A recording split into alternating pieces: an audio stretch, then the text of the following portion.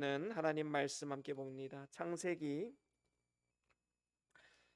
28장 10절에서 22절까지 말씀입니다. 창세기 28장 10절에서 22절까지 말씀을 우리 한 절씩 교독하고 마지막 절은 함께 합독합니다. 야곱이 브엘세바에서 떠나 하란으로 향하여 가더니 한 곳에 이르러는 해가 진지라 거기서 유숙하려고 그곳에 한 돌을 가져다가 베개로 삼고 거기 누워 자더니 꿈에 본즉 사닥다리가 땅 위에 서 있는데 그 꼭대기가 하늘에 닿았고 또 본즉 하나님의 사자들이 그 위에서 오르락 내리락 하고 또 본즉 여호와께서 그 위에 서서 이르시되 나는 여호와니 너의 조부 아브라함의 하나님이요 이삭의 하나님이라 내가 누워 있는 땅을 내가 너와 내 자손에게 주리니 내 자손이 땅에 티끌같이 되어 내가 서쪽과 동쪽과 북쪽과 남쪽으로 퍼져 나갈지며 땅의 모든 족속이 너와 내 자손으로 말미암아 복을 받으리라. 내가 너와 함께 있어 내가 어디로 가든지 너를 지키며 너를 이끌어 이 땅으로 돌아오게 할지라 내가 내게 허락한 것을 다 이루기까지 너를 떠나지 아니하리라 하신지라. 야곱이 잠이 깨어 이르되 여호와께서 과연 여기 계시거늘 내가 알지 못하였도다.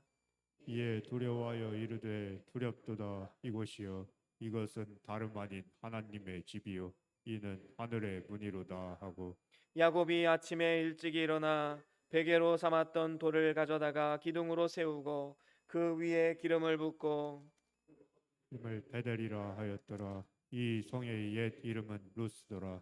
야곱이 서원하여 이르되 하나님이 나와 함께 계시어서 내가 가는 이 길에서 나를 지키시고 먹을 떡과 입을 옷을 주시어 내가 평안히 아버지 집으로 돌아가게 하시오면 여호와께서 나의 하나님이 되실 것이요 함께 읽습니다. 내가 기둥으로 세운 이 돌이 하나님의 집이 될 것이요 하나님께서 내게 주신 모든 것에서 10분의 1을 내가 반드시 하나님께 드리겠나이다 하였더라. 아멘.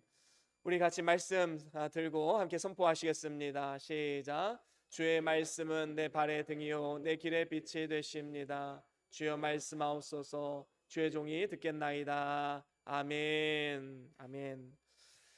예, 오늘은 창세기서 28장 10절에서 22절 말씀으로 베델의 계시라는 제목으로 말씀을 나눠보길 원합니다. 성경은 하나님의 계시의 말씀이지요. 이 계시라는 말의 뜻은 숨겨져 있는 것을 열어서 보여주다라는 뜻을 가지고 있습니다. 특별히 구약 시대에는 어떤 꿈과 환상 이런 것으로 하나님의 계시가 우리에게 찾아왔지요. 그 대표적인 예가 바로 오늘 말씀 아니겠습니까? 오늘 본문에 보면 야곱이 베델에서 보았던 꿈과 계시에 대해서 나오고 있습니다. 사실 야곱은 이삭의 둘째 아들로서 야심이 많고 간교한 사람이었지요. 그래서 눈이 어두운 아버지 이삭을 속이고 그 형인 에서의 장자의 축복권을 빼앗은 이후에 이제 에서의 분노를 피해서 외삼촌이 사는 밧단 아람으로 도망을 가게 된 것입니다. 언제 죽을지 모른다는 이 두려움 그리고 불안함, 그 마음을 가지고 길을 걷고 또 걷다가 밤에 이르러서 한 곳에 도착하게 됩니다. 그리고 그곳에서 돌을 베개로 삼고 잠을 자게 되었을 때 꿈에서 하나님의 계시와 환상이 임하게 된 것이지요. 그리고 이를 통해서 야곱은 큰 위로를 얻고 새 힘을 얻게 되었습니다. 저는 오늘 여러분들을 향한 소망이 있습니다. 그것은 우리의 두려움과 염려와 걱정이 머무는 그 자리를 영적인 베델로 만드는 것입니다.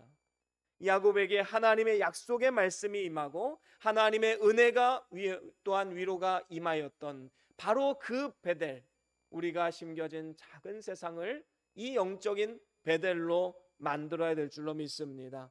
그렇다면 어떻게 하면 우리가 심겨진 그 작은 세상을 영적인 베델로 만들어 갈 수 있을까요? 그래서 그 안에서 하나님과 깊은 영적인 교제를 나눌 수 있을까요? 오늘 본문을 통해서 세 가지로 여러분들과 함께 나눠보길 원합니다. 우리가 심겨진 작은 세상을 영적인 베델로 만들기를 원한다면 첫 번째로는 하나님만을 전적으로 의지해야 합니다. 오늘 말씀의 이 베델에서 야곱이 하나님의 계시를 받은 그 시기가 언제입니까? 그것은 오직 하나님을 전적으로 의지할 때였지요. 이전에 야곱은 자기 꾀, 자기 생각, 자기 능력을 의지했던 사람이었습니다. 하지만 오늘 본문의 야곱의 모습은 초라하고 두려움과 공포에 가득한 그러한 사람이었지요. 본문 10절에 보니까 야곱은 브엘세바에서 떠나 하란을 향하여 가고 있었습니다. 야곱은 지금 에서의 분노를 피해서 사랑하는 부모님과 정든 고향을 떠나서 외롭고 쓸쓸한 여정을 하고 있는 것입니다. 그 무엇 하나 의지할 것 없고 오직 하나님의 긍휼과 은혜 없이는 살아갈 수 없는 그러한 그 절벽 끝에 서 있는 마음으로 한 걸음 한 걸음 걷고 있었던 것이지요.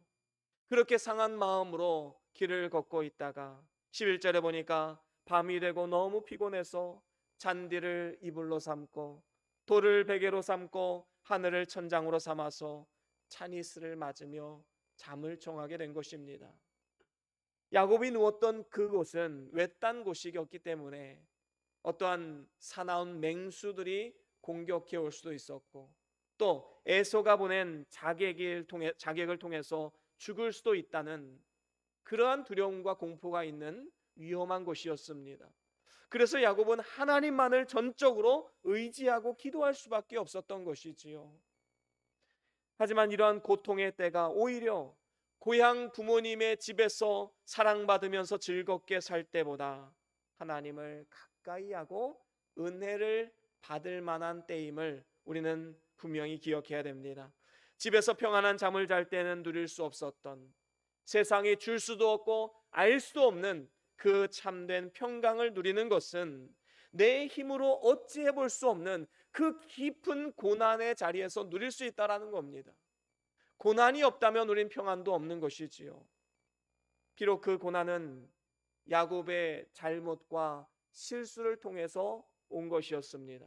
하지만 이 고통과 고난을 통해서 야곱은 철부지 자기만 알던 그 아들에서부터 이제는 진정한 하나님의 아들, 하나님의 자녀로 거듭나게 되는 하나의 과정이었다라는 것입니다.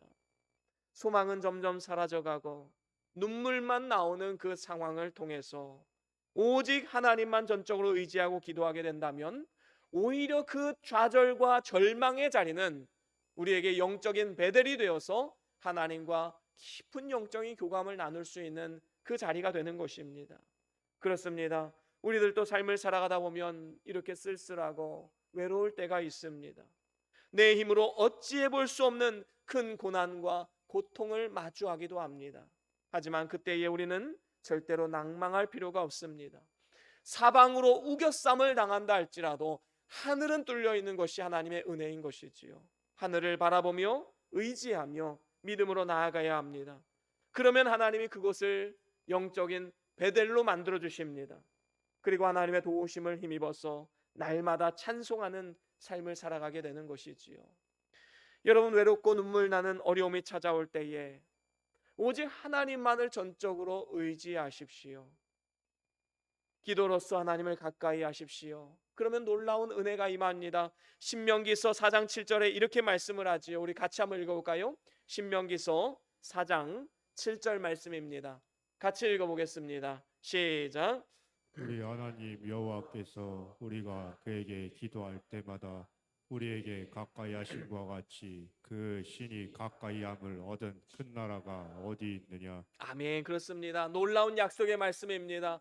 우리가 기도할 때마다 하나님이 우리와 가까이 계신다라는 겁니다. 반대로 이야기하면 우리가 기도하지 않는다면 하나님과 가까이 지낼 수 없다라는 것이지요.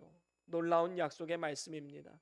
하나님은 그를 의지하는 자를 그 전능하신 능력으로 지키시고 보호하시고 가장 형통한 길, 좋은 길로 인도해 주십니다. 그것은 때로는 우리가 생각하는 형통한 길과는 다를 수 있습니다. 하지만 하나님이 우리의 모든 상황과 형편을 알고 계시기 때문에 하나님의 인도하심이 가장 하나님이 원하시는 것이고 좋은 길임을 우리는 기억해야 됩니다. 그래서 우리들도 야곱과 같이 슬프고 공고하고 육신이 피곤한 고난이 찾아올 때에 더욱더 하나님을 의지하여서 그곳을 영적인 베델로 만들어서 하나님을 만나는 그런 기회로 삼아야 될 줄로 믿습니다. 그런가 하면 두 번째로는 약속의 말씀을 끝까지 신뢰하라라는 것입니다. 야곱은 그의 성품과 행위로만 본다면 하나님의 축복을 담아낼 수 있는 그 그릇이 되지 못했습니다. 하지만 오직 하나님의 전적인 은혜로 말미암아, 전적인 하나님의 택함으로 말미암아 하나님의 약속의 말씀을 받게 되었지요. 어떤 약속의 말씀입니까? 오늘 본문 12절에서 15절에 잘 나타나고 있는데 먼저 12절에 보면 이렇게 말씀을 하고 있습니다. 우리 같이 한번 읽어볼까요? 본문 12절입니다. 시작. 꿈에 본즉 사닥다리가 땅 위에 서 있는데 그 꼭대기가 하늘에 닿았고 또 본즉 하나님의 사자들이 그 위에서 오르락 내리락 하고. 아멘. 그렇습니다. 여러분, 우리 인간은 최초의 사람 아담이 범죄함으로 인하여 하나님과 인간 사이에 큰 죄의 장벽이 가로놓이게 되었습니다. 그래서 하나님과의 영적인 관계가 완전히 끊어지게 되었지요. 아담 한 사람의 범죄로 인하여 그 이후에 오고 오는 모든 세대의 사람들에게 원죄가 물려져서 이제는 이로 인하여 하나님을 떠나 그것이 죄인 줄도 모르고 죄 가운데 거하며 살아가게 되었습니다. 죄를 지어서 죄인이 아니라 죄인이기 때문에 죄를 지을 수밖에 없게 되는 것입니다. 그런데 놀라운 은혜가 무엇입니까? 끊어졌던 하나님과 우리 사이가 이제는 오늘 말씀의 사닥다리로 연결이 되고 그 사닥다리를 통해서 하나님의 사자들이 오르락 내리락 하면서 영적인 교제가 일어나게 된 것입니다. 여기서 이 사닥다리는 무엇을 의미하는 것일까요? 우리 주님께서 요한복음 1장 51절에 이렇게 말씀을 하셨습니다. 우리 같이 함께 읽어볼까요? 요한복음 1장 51절입니다. 시작. 또 이르시되 진실로 진실로 너희에게 이르노니 하늘이 열리고 하나님의 사자들이 인자 위에 오르락 내리락 하는 것을 보리라 하시니라. 아멘. 그렇습니다. 하늘이 열리고 하나님의 사자들이 인자 위에 오르락 내리락 하는 것을 보리라 말씀합니다. 인자는 예수 그리스도를 말하지요. 바로 예수님께서 하나님과 우리 인간 사이에 사닥다리가 되어 주신 것입니다. 그래서 그 위에 하나님의 사자들이 오르락 내리락 함으로써 우리가 기도하면 하나님 앞에 그 기도가 상달되어지고 날마다 하나님이 공급하시는 세임과 능력을 받아가지는 하나님의 사자들이 오르락 내리락하며 그 일을 감당하는 놀라운 은혜를 누리게 된 것입니다. 그렇습니다. 오직 예수 그리스도의 이름 외에는 천하 인간의 구원받을 만한 다른 이름을 주신 일이 없다라고 분명히 말씀하셨습니다. 세상에는 많은 종교들이 있고 그들은 한결같이 인간의 선행이나 아니면 고행으로 구원받는다고 가르치지만 그곳에는 구원이 없습니다. 우리는 오직 하나님과 우리 사이에 사닥다리가 되어주신 예수 그리스도를 마음의 구주로 영접할 때에만 하나님의 약속이 우리의 마음 가운데 임하게 되고 그 약속의 성취를 맛보며 하나님과 동행하는 구원의 길을 걸어갈 수 있는 것입니다. 그래서 우리는 하나님의 약속의 이 말씀을 끝까지 신뢰하고 믿음으로 담대하게 나아가야 되는 것 아니겠습니까? 또한 본문 13절 중간부터 14절까지 보면 이런 약속의 말씀이 또 나옵니다. 나는 여호와니 너의 조부 아브라함의 하나님이요 이삭의 하나님이라. 내가 누워있는 땅을 내가 너와 내 자손에게 주리니. 14절에 이렇게 말씀합니다. 같이 읽어봅니다. 시작. 내 자손이 땅에 티끌같이 되어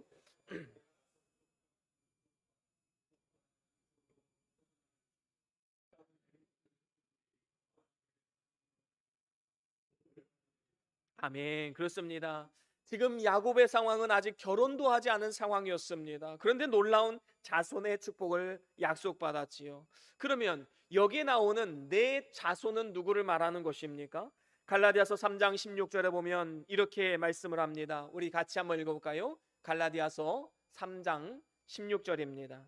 같이 읽어봅니다. 시작.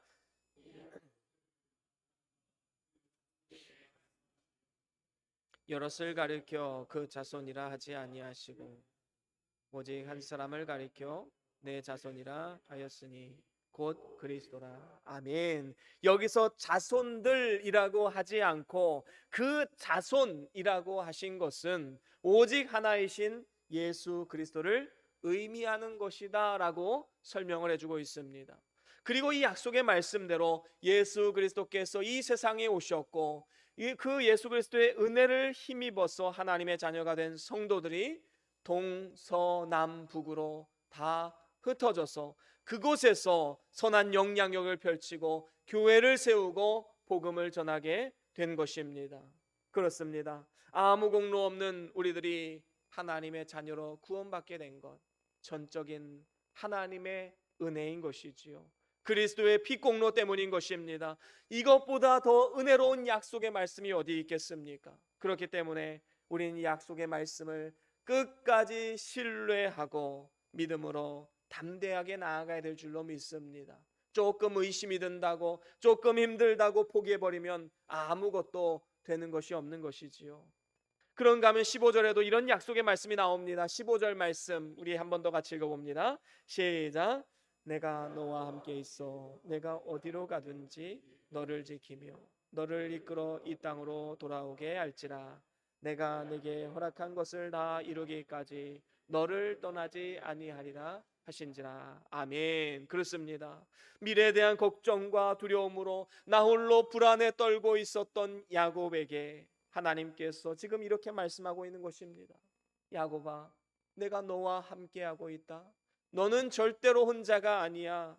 네가 어디에 있든지 내가 너를 지키고 있단다. 여러분, 이 야곱의 상황 속에서 이 하나님의 약속의 말씀이 얼마나 큰 힘이 되었겠습니까? 그렇습니다. 하나님의 약속의 말씀은 우리들로 하여금 수많은 어려움과 고난과 역경을 뚫고 나아갈 수 있는 힘과 능력이 되는 것입니다. 여러분, 하나님이 나와 함께 하신다는 것은 그분이 끝까지 나를 돌보신다는 약속의 말씀이지요. 또 하나님이 나와 함께 하신다는 것은 그분이 끝까지 나를 인도하신다는 약속의 말씀입니다. 또한 하나님이 나와 함께 하신다는 것은 그분이 나를 통해 그분의 선하신 뜻을 이루어 가실 것이다 라는 약속의 말씀입니다. 이 약속의 말씀으로 인하여서 야곱은 하나님의 보호하심 가운데, 비록 그 과정 가운데 고난과 아픔이 있었지만 결국에는 집으로 돌아올 수 있었던 것입니다. 야곱의 부모는 야곱에게 약속의 땅을 떠나라고 권면했지만 하나님은 야곱에게 안전하게 약속의 땅으로 돌아올 것을 보장해 주셨습니다. 그리고 하나님은 그의 열심으로 그 약속을 성취해 나아가신 것입니다.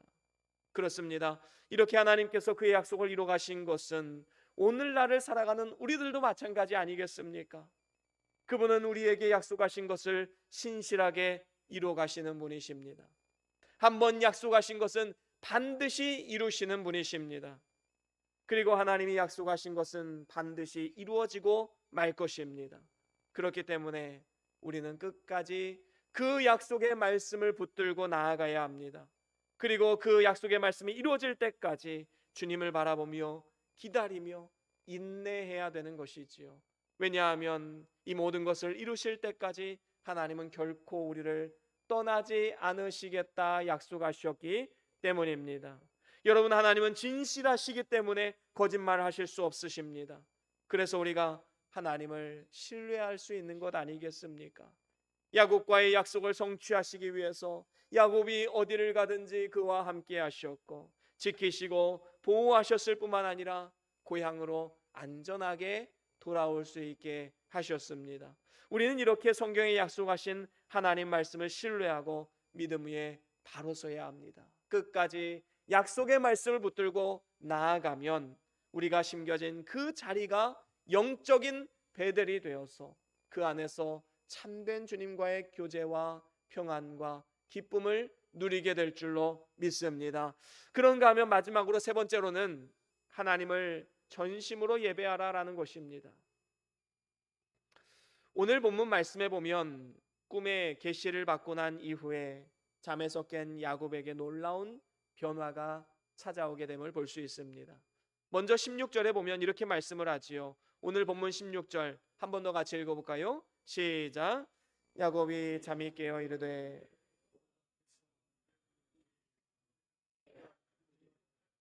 아멘. 그렇습니다. 여러분, 이전에 야곱은 어떤 생각을 가지고 있었냐 하면 이렇게 외딴 곳에는 하나님이 계시지 않을 거야.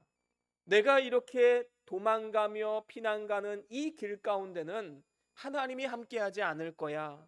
하나님은 아브라함의 하나님, 이삭의 하나님이기 때문에 부모님이 살고 계신 그곳에는 하나님이 계시지만 지금 내 삶 가운데 하나님 함께하지 않으실 거야. 이렇게 생각했던 것입니다.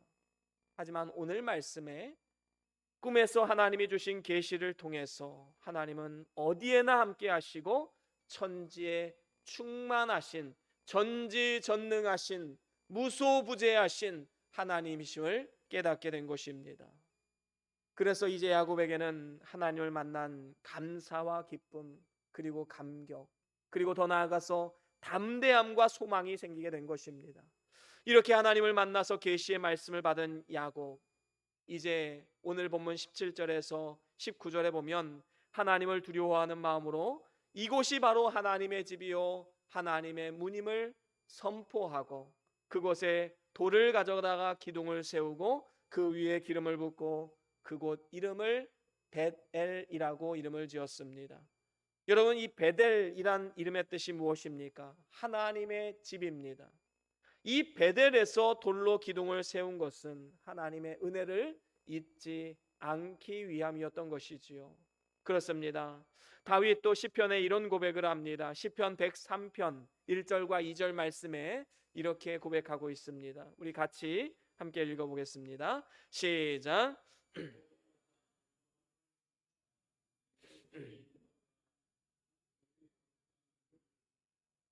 내 영혼아 여호와를 송축하며 그의 모든 은택을 잊지 말지어다. 아멘. 그렇습니다. 여러분, 하나님의 모든 은혜와 축복을 잊지 않고 하나님을 송축하며 그 안에서 기뻐하는 삶, 한마디로 말하면 예배하는 삶입니다. 우리가 주일날 이렇게 모여서 함께 예배하는 것도 예배이지만 우리가 삶 속에서 우리가 심겨진 그 작은 세상, 그곳에서 하나님 앞에 감사하며 기쁨과 감격으로 살아간다면 우리가 삶으로 드려지는 예배를 통해서 하나님 기뻐받지 않으시겠습니까? 그래서 우리는 심겨진 그 자리가 베델이 되기를 원한다면 하나님을 전심으로 예배하며 그 안에서 기뻐하며 즐거워하며 하나님을 송축해야 하는 것입니다. 여러분, 하나님의 은혜를 물에다 새기지 마십시오. 우리 마음의 신비, 돌판에 새겨야 합니다. 이렇게 항상 감사하며 순종하는 자가 될 때에 하나님의 더욱더 크신 은혜를 받아 누릴 수 있게 되는 것이지요. 야곱은 이렇게 크신 하나님의 은혜에 감사하며 예배하면서 이제 20절에서 22절 말씀에 보면 하나님 앞에 이런 소원을 올려드립니다. 우리 같이 한번 쭉 읽어볼까요? 20절에서 22절입니다. 같이 읽습니다. 시작. 야곱이 서원하여 이르되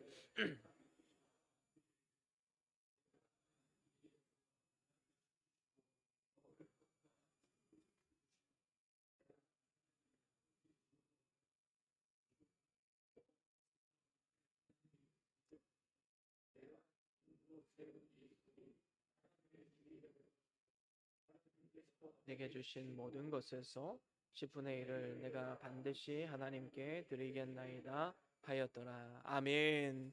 여러분, 야곱은 지금 하나님이 약속하신 그것을 믿음으로 받아들였고 그 약속에 대한 감사의 표현으로서 하나님 앞에 자신이 할 수 있는 일들을 서원하고 있습니다. 다시 말하면 하나님을 향한 감사의 마음이 서원이라는 통로를 통해서 표현이 된 것이지요. 여러분, 이처럼 예배에는 반드시 삶의 결단과 서원이 필요한 것입니다. 우리가 진정으로 하나님을 만나고 예수 그리스도를 통해서 구원받은 백성이라면 우리의 삶 가운데 21절 마지막에 나오는 바와 같이 여호와께서 나의 하나님이십니다 라고 고백하면서 하나님의 영광을 위한 삶을 살아가야 될 것입니다. 또한 22절 상반절에 나오는 바와 같이 내가 기둥으로 세운 돌이 하나님의 집이 될 것입니다 라고 고백하면서 영적인 성전을 짓는 일에 힘써야 된다라는 것이지요. 우리의 구원을 이루어가야 합니다. 뿐만 아니라 22절 하반절에 나오는 바와 같이 하나님께서 내게 주신 모든 것의 10분의 1을 내가 반드시 하나님께 드리겠나이다 라고 고백하면서 하나님의 것을 마땅히 하나님께 드릴 수 있는 그러한 삶을 살아가야 되는 것입니다. 이것이 진정으로 하나님이 기쁘게 받으실 만한 그런 예배가 아니겠습니까? 여러분, 이러한 서원은 하나님으로 하여금 어떤 일을 하도록 움직이게 하기 위해서 드리는 서원이 아닙니다. 하나님 이것만 해결해 주시면 제가 이렇게 살겠습니다. 아니면 반대로 하나님 이거 안 들어주시면 저도 이거 안 할 겁니다. 여러분, 그렇게 하나님을 협박하듯이 내 욕심을 위해서 하나님을 협박하는 수단으로 서원을 사용해서는 절대로 안 된다라는 것이지요. 진정한 서원은 자신의 삶의 방향, 목적을 조정하겠다는 의지 결단입니다. 내가 하나님의 말씀을 믿고 이렇게 하겠습니다 라는 이 믿음의 고백, 하나님 앞에서 약속을 하는 것이지요. 여러분, 베델 이전의 야곱과 베델 이후의 야곱은 완전히 다른 사람으로 환골탈태했습니다. 오늘 우리가 심겨진 그곳을 영적인 베델로 만들길 원하신다면 우리가 드려지는 예배의 자세와 목적이 달라져야 될 줄로 믿습니다. 그리고 우리의 삶으로 드리는 예배 또한 달라져야 될 줄로 믿습니다. 물론 우리가 전심으로 예배하는 예배자의 삶을 산다고 해도 삶이 갑작스럽게 180도 바뀌는 일은 일어나지 않을 수도 있습니다. 여전히 우리는 바쁘고 분주한 삶을 살아갈 것이고 가정과 또 직장과 사회에서 여전히 어려운 문제들을 만나고 힘든 사람들과 관계를 하며 살아가야 할 것입니다. 하지만 우리가 하나님을 전심으로 예배하면 그 어떠한 어려운 문제를 바라보는 나의 관점이 달라지게 된다는 것입니다. 그리고 거기에 반응하는 나의 태도가 달라지고 그것을 통해서 내가 이루려고 하는 목적이 달라지게 되는 것입니다. 쉽게 말하면 나의 삶을 대하는 자세가 나 중심에서 하나님 중심으로 하나님 영광을 위한 삶이 되는 것입니다. 이러한 놀라운 은혜, 놀라운 변화가 저와 여러분들의 삶 가운데 함께하기를 주의 이름으로 간절히 축원합니다. 이제 말씀을 마무리합니다. 야곱이 걱정과 두려움과 공포 속에서 눈물로 떠난 그 피난길, 하나님은 베델이라는 곳에서 그를 위로하시고 놀라운 은혜를 부어주셨습니다. 그리고 하나님이 계시하신 그 약속의 말씀을 따라감으로써 하나님이 예비하신 모든 은혜와 복을 누리고 결국에는 고향으로 무사히 돌아올 수 있었습니다. 오늘날 저와 여러분들은 야곱과 같이 어려운 일로 인하여 때론 눈물이 나고 소망이 끊겨진 것처럼 보일 때가 있습니다. 그럴 때에 하나님 앞에 나아오셔서 그 심겨진 자리를 영적인 베델로 만들어 가십시오. 그러면 그 베델의 계시가 여러분들에게 임하게 되고 하나님 말씀을 통해 은혜 받고 새 힘을 얻어서 세상 가운데 나아가 능력 있는 삶을 살아가게 될 줄로 믿습니다. 이를 위해서 세 가지를 기억해야 된다고 말씀드렸습니다. 첫 번째는 하나님만을 전적으로 의지하십시오. 두 번째로는 약속의 말씀을 끝까지 신뢰하고 나아가십시오. 세 번째로는 하나님을 전심으로 예배하십시오. 오늘 이 시간 저와 여러분들이 이 세 가지를 꼭 기억하셔서 지금 우리에게 당면한 모든 고통과 어려움과 아픈 문제들이 오히려 우리의 삶과 가정과 교회를 축복하는 통로가 되어서 야곱과 같이 최후 승리의 기쁨을 누리시는 그러한 축복의 삶이 다 될 수 있기를 주의 이름으로 간절히 축원합니다.